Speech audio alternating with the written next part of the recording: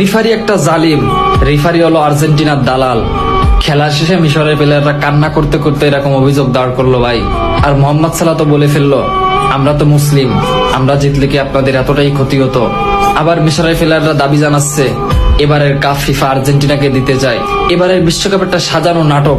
এমনটাই যদি আপনারা করবেন তাহলে আমাদের কেন ডাকলেন। এমনটাই কান্না করতে করতে অভিযোগ জানাচ্ছে মিশরের প্লেয়াররা ভাই। ভাই সত্যি বলতে কি বলবো ভাই, আসলে রিফারি যে কাজটা করছে আমি মনে করি ঠিক হয় নাই। এখন আপনারাই বলেন, আপনারা হয়তো মনে করবেন আমি ব্রাজিল সাপোর্টার, সেই হিসেবে আর্জেন্টিনার বিপক্ষে কথা বলতেছি। আজকে আপনার কাছে একটা প্রশ্ন রেখে গেলাম, আপনি আর্জেন্টিনা সমর্থক হয়ে না, আপনি মুসলমানদের পক্ষে হয়ে আজকে একটা কথা বলবেন। সত্যি করে কথাটা বলবেন, রিফারি যে কাজটা করছে আসলে কি ঠিক করছে। রিফারি একটা জালিম। রিফারি হলো আর্জেন্টিনার দালাল। খেলা শেষে মিশরের প্লেয়াররা কান্না করতে করতে এরকম অভিযোগ দাঁড় করলো ভাই। আর মোহাম্মদ সালাহ তো বলে ফেললো, আমরা তো মুসলিম, আমরা জিতলে কি আপনাদের এতটাই ক্ষতি হতো।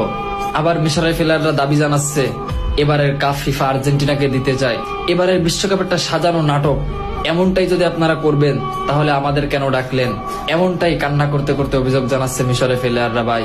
ভাই সত্যি বলতে কি বলবো ভাই, আসলে রিফারি যে কাজটা করছে আমি মনে করি ঠিক হয় নাই। এখন আপনারাই বলেন, আপনারা হয়তো মনে করবেন আমি ব্রাজিল সাপোর্টার, সেই হিসেবে আর্জেন্টিনার বিপক্ষে কথা বলতেছি।